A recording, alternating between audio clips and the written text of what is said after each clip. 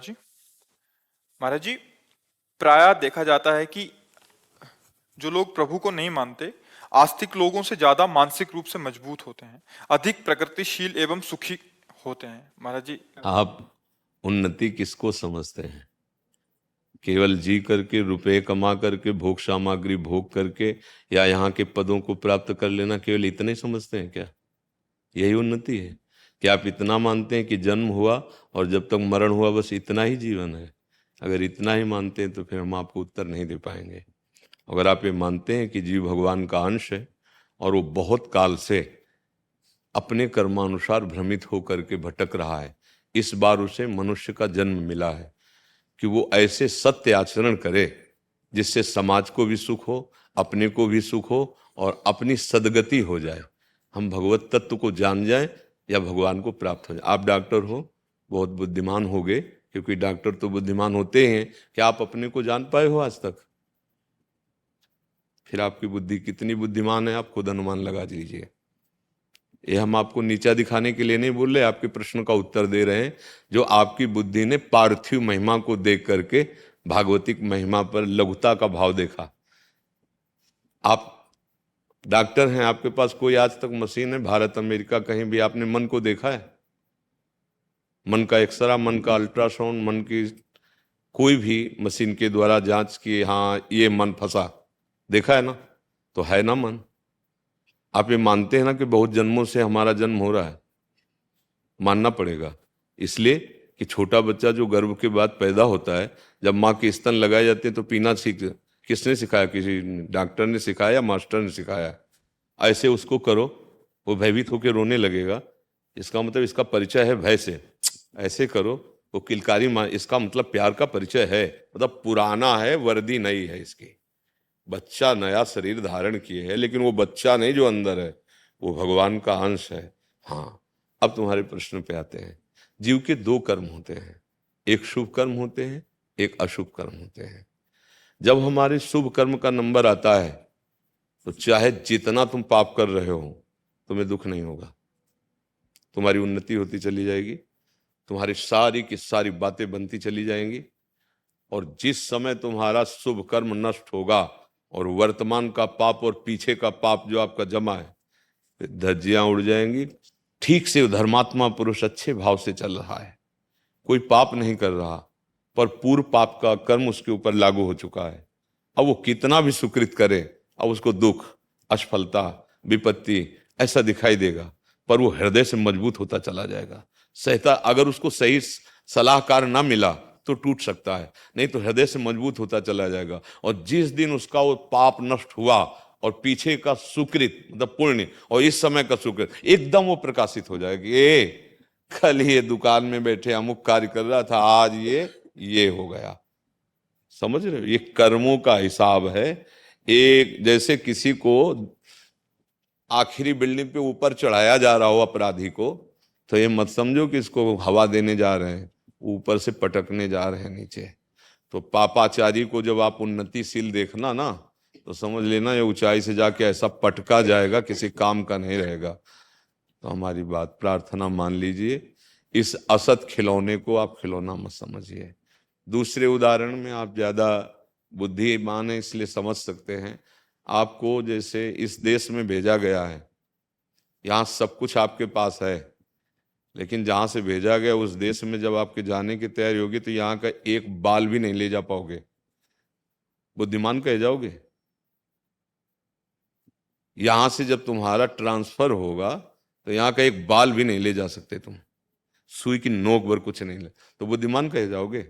पूरे जीवन भर कमाया, सब संबंध बनाए, रिश्ते नाते, और जब चलने का समय आया तो ये कपड़ा भी उतरा लिया गया, ये भी उतरा लिया। अब क्या बचा? जीवन। अब जो पाप और पुण्य कर्म के वो भोग, सत्संग के द्वारा जब सावधान हो जाता है कि नहीं। एक बार हम कहीं सुनाया सत्संग पे कि जब सिकंदर अपना नक्शा, तो कुछ साधु सामने, जब उसका पूरा समाज आ रहा था और वो विजय श्री को गर्व प्राप्त किए हुए, तो आके ऐसे नाच रहे थे साधु। ओ बात बन गई, बात बन गई, ऐसा बलवान तो देखा नहीं। तो जिसकी प्रशंसा की जाए तो फिर आदर भावना बनती है, वो उतरा। फकीर थे तो सलाम किया उसने, क्या चाहते हो? तो उनका, आप तो बादशाह हो, बड़े वीर हो, हमारे फटे कपड़े रहते हैं तो हमारे पास एक सुई धागा है, उससे सिल लेते हैं, तो जब परलोक जाएंगे तो वहां ये सुई धागा हमें आप दे देना। तो उनका, तुम पागल हो क्या? कहीं परलोक में कुछ जाता है? बोले सच्ची तुम्हें पता है? बोले तो फिर क्यों इतनी हिंसा करता है, फिर क्यों ऐसा करता है? जब सुई धागा भी नहीं जा सकता तो तू ये क्या वैभव, क्या ये रत्न सब लेके जाएगा? होश उड़ गए और उसने अपने आदमियों से कहा, जब सिकंदर का शरीर छूटे तो विमान से ऐसे हाथ निकाल देना कि कुछ सिकंदर लेके नहीं जा रहा है। खास बात जो सत्संग में समझा रहे हैं वो ये समझ, किसी का भी जो कर रहे हो वो इसी शरीर में उत्तर मिल जाता है, और आगे जो परिणाम होता है तो जैसे चोर पकड़ा जाता है ना, तो उसको 2-4 थप्पड़ मार करके जेल ले जाए, वहां थाने ले जाया जाता है, पर अब ये 2-4 थप्पड़ उसके दंड नहीं हुए, असली तो धुनाई जो होगी वो अंदर होगी, और वो भी उसका पूरा दंड नहीं हुआ। फिर इसके बाद उसके कपड़े ठीक करके उसको दवा खवा पिया के एकदम, और फिर उसको हथकड़ी डाल के, ये भी नहीं हुआ, इसके बाद सालों मुकदमा चलेगा, फिर आजीवन कारावास। और घटना कितनी थी? 15-20 मिनट का अपराध।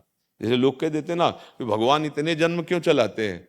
40-40 वर्ष मुकदमा चलता है, फिर उसको फांसी है जीवन के साथ। 40 वर्ष तो ब्याज में उसके व्यतीत हो गए जेल में, इसके बाद सजा हुई। अपराध बहुत बड़ा होता है, वो ऐसे किनगे के किनगे निकलते चले जाते, फिर भोगना पड़ता है। तो हमें ये लगता है कि हम अपनी बुद्धि को कंट्रोल करते हुए अच्छे मार्ग में चले। आचरण, इन बुरे लोगों की उन्नति को देख करके ऐसे सोचो कि ऊपर चढ़ा है हाइलोजन, जब ज्यादा फोकस मारे तो जाना फ्यूज होने वाला है। अपनी वाट से ज्यादा वो पावर से प्रकाश दे तो खुश मत हो जाना, वो फ्यूज होने वाला है। तो ये सब फ्यूज होने वाले हैं। महाराज इनका एक और था कि वो ज्यादा बुद्धिमान होते हैं, मानसिक रूप से ज्यादा मजबूत। हाँ, हम बताते हैं तुम्हें, उसका भी उदाहरण देते हैं। एक बच्चे को माता पिता रोज समझाते थे, गेम मत खेल, पढ़ा कर। 12-13 वर्ष का था, एक दिन पिता ड्यूटी से आए, वो गेम खेल रहा तो मारा एक थप्पड़। इतनी बार कहा गेम मत खेला कर, तू पढ़ाई का समय है तेरे। वो अपने दोस्त से बोला जाएगा कि हाँ हमारे पिताजी ने तो हमें थप्पड़ मारा, कहा गेम ना खेला करो। हम तो बोले फिर क्या? बोले पिताजी की बेइज्जती करना चाहते हैं।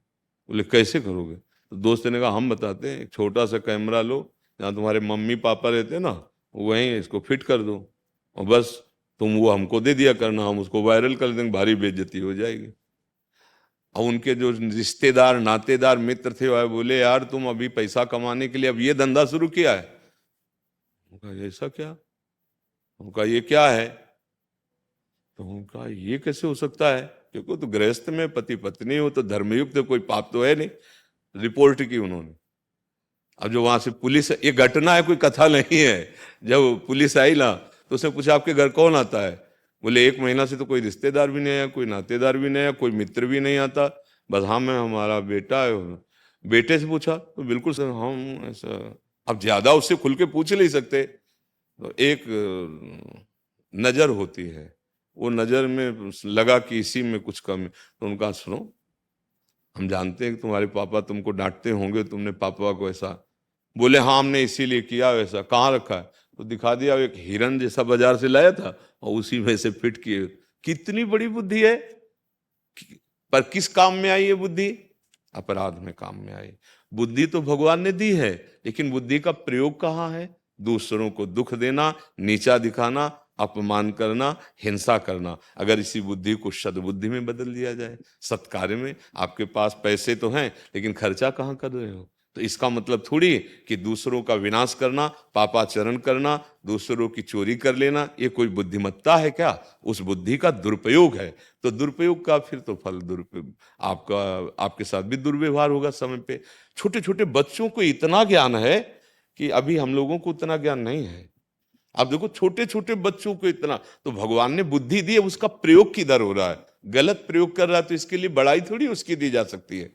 उसके लिए बड़ाई नहीं दी जा सकती है। बड़ाई दी जाती है, तुम्हारे को बल दिया है तो दूसरे को संभालो, दूसरे को उठाओ, दूसरे की रक्षा करो। ये नहीं कि बल दिया है तो दूसरे को मारो, दूसरे को सताओ। तो बुद्धि तो भगवान ने सबको दी है, तो आप क्या समझते हो वो बुद्धिमान है?